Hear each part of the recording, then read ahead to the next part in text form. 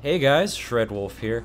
This episode's gonna be a little bit different. We're just running around doing a big old collectathon. So all we're gonna be doing in this episode is just picking up some TVs, some VHS tapes, not VCRs, that's what they go in, some VHS tapes, and we're also gonna be picking up some of the Dr. Carlisle files. There's gonna be a decent amount, about a third of this video that's sped up, with a little bit of music overlaid. So what I'm going to be doing is just kind of talking about some of the history of Blood Dragon, why it came out as a game, and why I really love this game. And if you're not having a good time by now, go ahead, throw a dislike on this video, but please leave a comment below. Let me know what you think, if you agree with me, if you disagree with me, what you really like about this game, what's really turning you on about this. So here we go. Here's this first sped up segment as we're just running around the map. So, to kind of go over Far Cry 3 Blood Dragon, it came out right after Far Cry 3. And like I said in the first episode, this is really what happens when you let a development team just have fun with a game engine that it created. They just got done with Far Cry 3, wanted to make something just kind of cheeky, fun, and it ended up being just awesome and amazing. So, came out beginning of May back in 2013, out on Windows 360 and PS3, straight out of the Far Cry 3 engine. It looks like a reskin of Far Cry 3 because that's basically what it is. Taking a lot of inspiration from 80s action movies, pulling things like Commando, heavy Terminator references, Rambo, Escape from New York, RoboCop, Scarface, Predator, all sorts of those different movies. Really playing a lot into kind of the vision, the background storyline. A lot of the things that makes this game unique, and a lot of things that really make this game kind of really dig into what I kind of like. I'm a huge fan of those.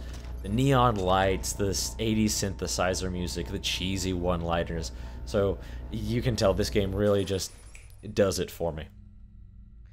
And really, that's just kind of what it is. It's a cheeky homage? You know what I mean. That homage? I think that's it. Homage. A cheeky reference to things from that kind of time frame. The original Transformers cartoon movie from 1986. That's a bit of a reference that not a lot of people know about these days. And so it just kind of scratches that itch for me. Other games that are doing this is things like Hotline Miami. Both Hotline Miami 1 and 2 really had that neon kind of Miami Vice edge to it. And it's a market that not a lot of people get to. And it's something that really scratches the itch, but it can really be overdone. There's some parts in this game that I don't want to get into because it's kind of the end game and the post game, but there's some parts of this game that is not quite complete, or it's a little bit overdone. And I can definitely understand that if you think kind of this neon thing is a little overdone, or a little bit tacky, or a little bit flamboyant, then it's definitely not going to be your thing. But without too much further ado, I kind of want to start talking a bit more about a bit of the backstory, kind of what's behind the game, and about some of the characters. So, back in the original cutscene, it told us, hey, it's 2007, which is the future for the 80s, and the entire world has been destroyed by, I don't know, the third nuclear war? And cyber soldiers are kind of the new regular thing. We are a Mark IV cyber soldier based off Colonel Sloan's internal fighting program and design. So we're this super soldier, Rex Powercolt. His full name is Sergeant Rex Powercolt, played by Michael Biehn, who, if that name doesn't sound familiar off the top of your head, you've probably seen him before. He was in Terminator 1.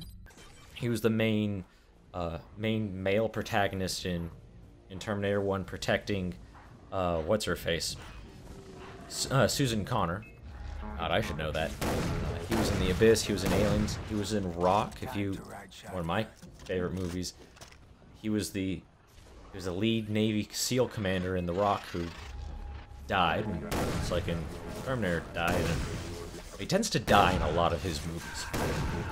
I don't know what that means for the game. I can tell you he does actually make it to the end, so if you're hoping that Rex Powerful dies, well, got some bad news for you on that one. But kind of, Michael Biehn has always played that kind of slightly gritty, semi-hero actor with a bit of attitude. And so that's why he was kind of that classic choice for Rex Power Colt. Bit of an attitude, but he's the hero and stands up for America, what's right, and while being a badass at the same time. And so he's the big cyber commando that we play here, standing up to Colonel Sloan and saving the girl, Dr. Elizabeth Darling. Which I can't get past the Dr. Darling, who's the named female. She's the damsel in distress, if you will, who's been duped into helping out Colonel Sloan figure out how to apply the blood dragon DNA to humans, which somehow turns him into a super soldier even more so than he was, and absolutely crazy, which is a little strange. Like I said before, 80s, off the wall, all sorts of crazy insanity. And the one thing that we haven't really seen too much of outside of 1 or 2 episodes is the blood dragons themselves. And I'll be honest, I have been kind of avoiding them. From what you've seen, you can tell that they can, if you aren't careful around them, they can really tear you up. You can use them to help take garrisons, and that's what we've used them for the most part.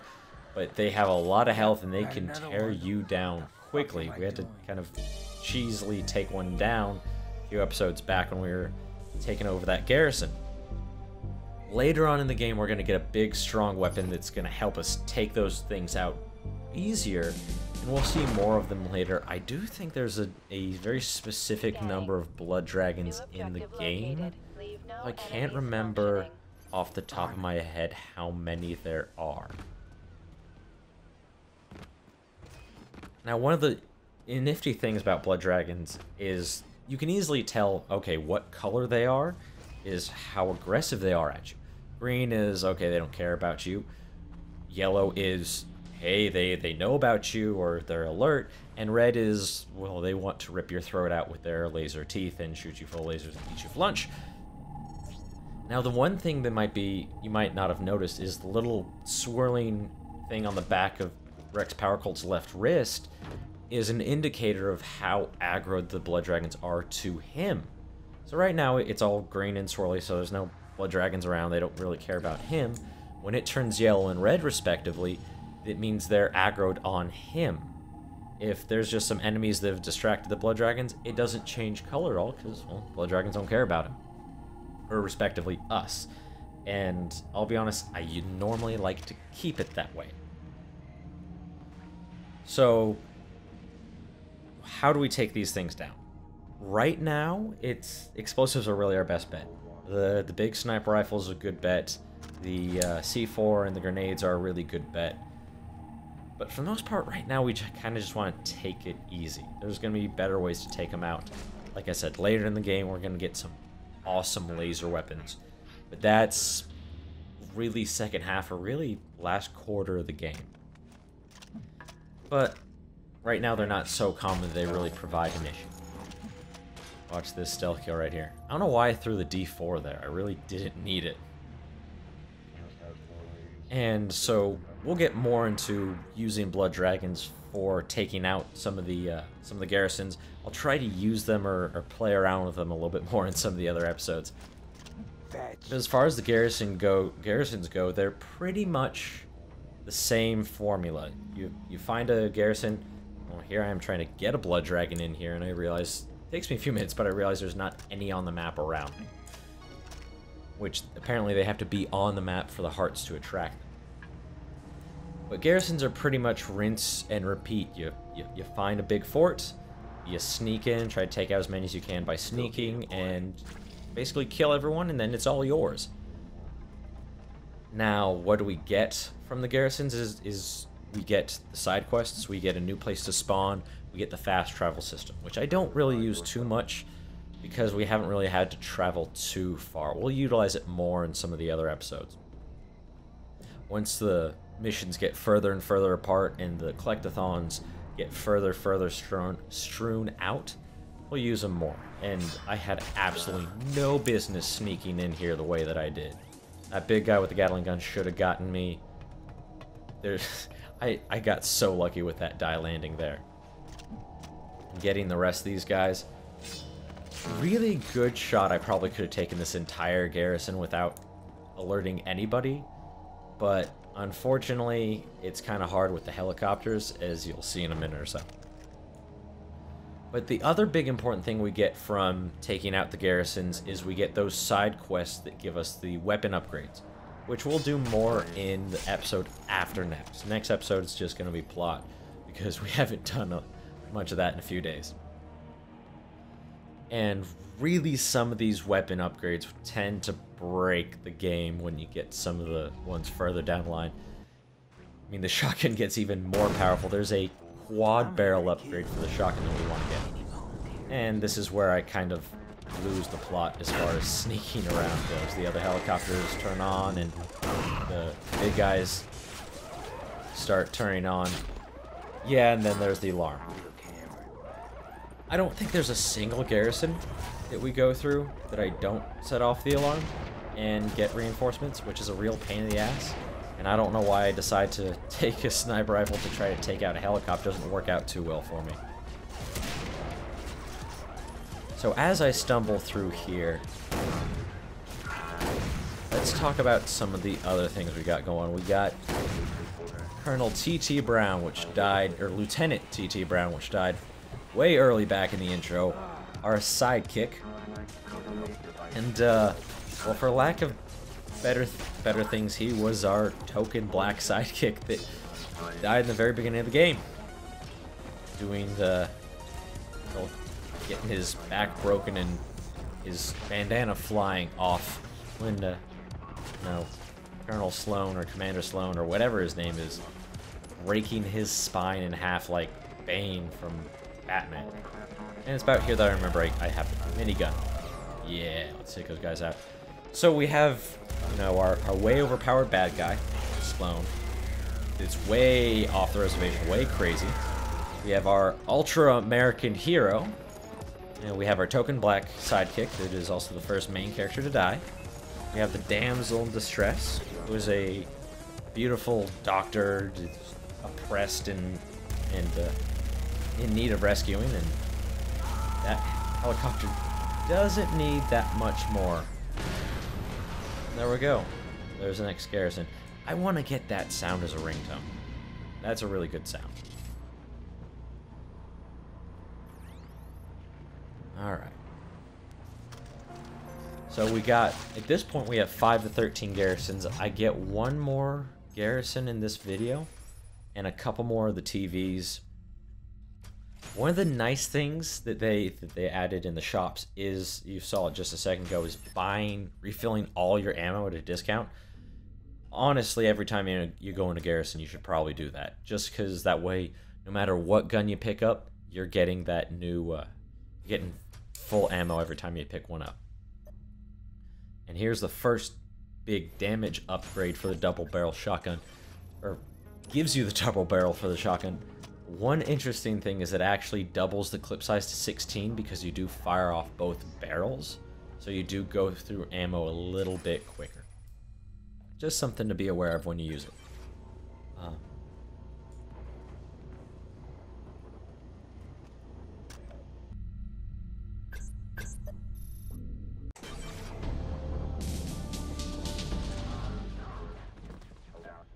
One of the things about Far Cry 3 Blood Dragon that they talked about a little bit when it first came out was they were actually, because of the popularity, they were really on the fence about making a sequel, which I'm on the fence on whether that or not that would have been a good idea. Part of me says, yeah, that would have been really cool because, I mean, I love this and I'd love more of it, but I don't know exactly where they would go with it. They would have to do something like making another storyline or coming up with another villain or something. And it just feels like, and you'll understand more of this when we get closer to the end as the story starts wrapping up, but it seems like it'd be more one of those things that really is kind of a one-off. I mean, you can't really have a sequel. Maybe if you had entirely new characters and it was just a kind of a copy of the style, but it's I hope I don't have to collect it's pretty much self-contained. They did make a kind of a token DLC for Trials HD, the very hard to play and very funny side-scrolling motorcycle game. They made Trials Blood Dragon, which has a couple of maps, 2 characters, I believe, and the whole kind of late 80s, early 90s aesthetic of time travel and neon and all sorts of crazy things. It actually came out earlier this year, and if you're a big fan of Trials, absolutely awesome fun game, and new way to try to spice up the experience you're doing. I suck at Trials, and if I could get a couple people together to hang out with it, for me, Trials is one of those games where it's easy to sit back, relax, have a couple laughs as you are just terrible, and you make your way through the game just trying to screw up in crazy, awesome ragdoll effects. It's a lot of fun. But, like I said, I'm terrible, and I don't think you guys want to watch me play the same level for 20 minutes straight. That's basically what would happen. Pretty much. It's interesting. And I don't know how I didn't get spotted stabbing that guy in the throat there. This is an even more successful... This is an even more successful garrison. I mean, I'm just screwing things up left and right, and somehow they're letting me get away with it. This was another almost successful garrison run.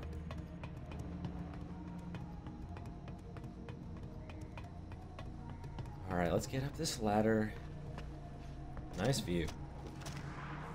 So looking out on the horizon, if you haven't noticed this before, is that all the garrisons we capture get the green laser coming out of them, and you can see all the garrisons left to capture the big giant red laser. So they're easy enough to find just looking out along the horizon. Trying to get all the collector's items that we're getting, the TVs, the Dr. Carlisle notes, the VHS tapes, those you do have to look and find on the map, which show up after you buy that floppy disk from the in-game store. And different ones get unlocked once you get different garrisons in each region. There's no specific weapons that those collectible items are tied to. It's just, hey, collect enough of these and you get X upgrade, Y upgrade. And we've gotten a shotgun upgrade from Dr. Carlisle notes and from TVs. And we got a sniper rifle upgrade from VHS tapes, I think. So it's kind of strewn all over the place of where you get your upgrades from. And I try to jump down on this guy, and it goes oh so well. So very well. And even though I shot the one alarm on this side, there's another alarm on the other side. They just turn on. And there's going to be reinforcements, because there's no way I'm clearing this huge garrison in just what's left of that timer. I'm not even going to get across the bridge in time. So, yeah, this one went even better than the last one. And for some reason, I cannot kill this guy. This guy's going to live for like the next 30 seconds. Why I didn't speed up the garrisons, I'll leave you guys to figure out that one. And fire is the weirdest mechanic in here, because when you're sprinting, you can't see that you're on fire unless you notice, hey, my health is vanishing. And I find that other alarm, which is annoying as hell.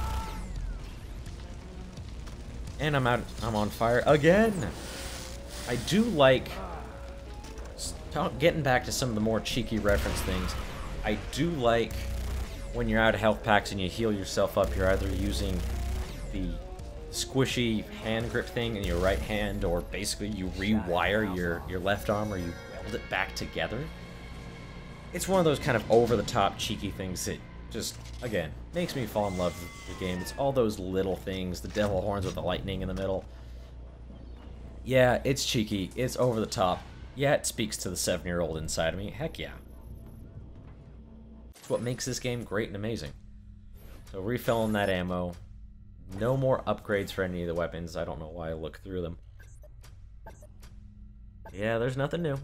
The Terra 4000 doesn't get any upgrades, unfortunately. That would be kind of terrifying. Here in this next segment, I do include the sound of a sped up minigun because I think it's funny. Here it is. Yeah. I just find it hilarious. And so we're getting the... I think this is the last Dr. Carlisle note. And we have one more sped up section after this. There's a really nearby TV. I think that's the thing that I get next. It's not very far away. Just right outside of here.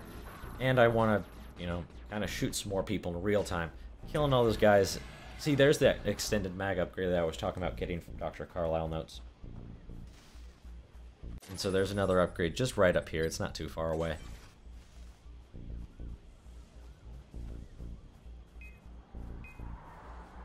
Alright, getting up to this. I think this is the last TV? Yeah, I think this is the last TV, and then there's one more set of notes. Either the last TV or the second last TV. There's more TVs to get than anything else. There's 24 TVs. There's 8 Dr. Carlisle notes, I believe.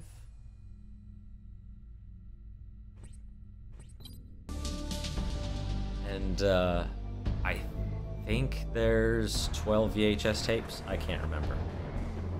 This is a long speed up section because I did not want to find anything to take me across the 300 meters I had to run.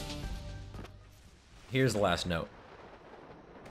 And so that's gonna more or less wrap us up. There's one more thing we're gonna pick up. There's this last TV, 100 meters away downhill. In the next Collectathon, because there's gonna be another one, we're going to actually go through and talk about some of the specific Easter eggs. Leave a like if you enjoyed the video. Comment, let me know what you think about some of the references, what you're enjoying about the series so far, and subscribe for more of these so you can catch them as they're coming out. Take it easy.